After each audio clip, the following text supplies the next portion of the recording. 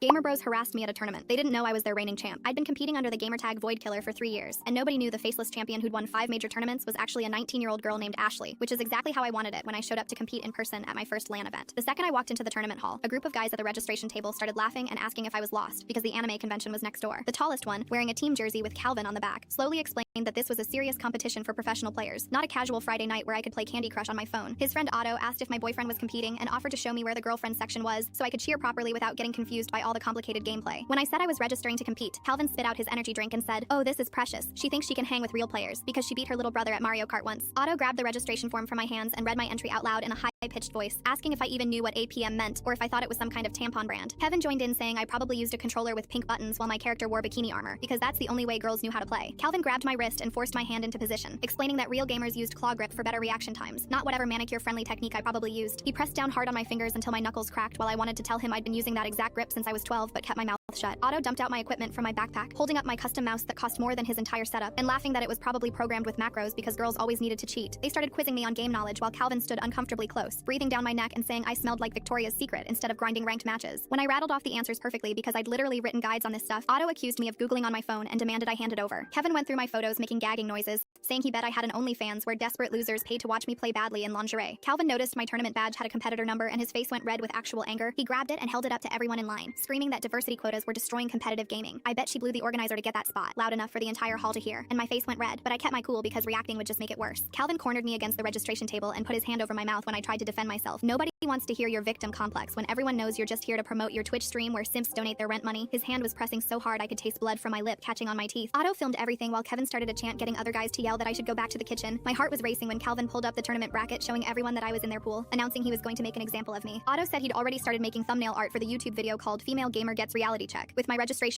photo photoshopped to show me crying. Kevin grabbed my mouse from the table and licked it slowly while maintaining eye contact, saying that's the closest I'd ever get to being touched by a real gamer, then threw it on the ground and stepped on the cable until it sparked. Then Calvin leaned in and whispered the thing that made my vision go white with rage. "After I'm done with you, I'm going to find every girl at this tournament and tell them exactly what happens when they try to invade male spaces. But first I'll make you admit on stream that women are biologically inferior at gaming because our reaction times are scientifically faster, and you're all just diversity tokens for sponsorship money." The tournament organizer called our pool to the main stage, and Calvin strutted toward the computers while his friends chanted his name. My legs felt like jelly walking behind them, and my hands were trembling so badly I shoved them in my pockets to hide it, wondering if 3 years of dominating online meant nothing, because these guys had successfully made me feel like that scared 12-year-old girl who first got told she didn't belong in voice chat. This was my only chance to show those guys up. I couldn't blow it now. Full story on the channel below.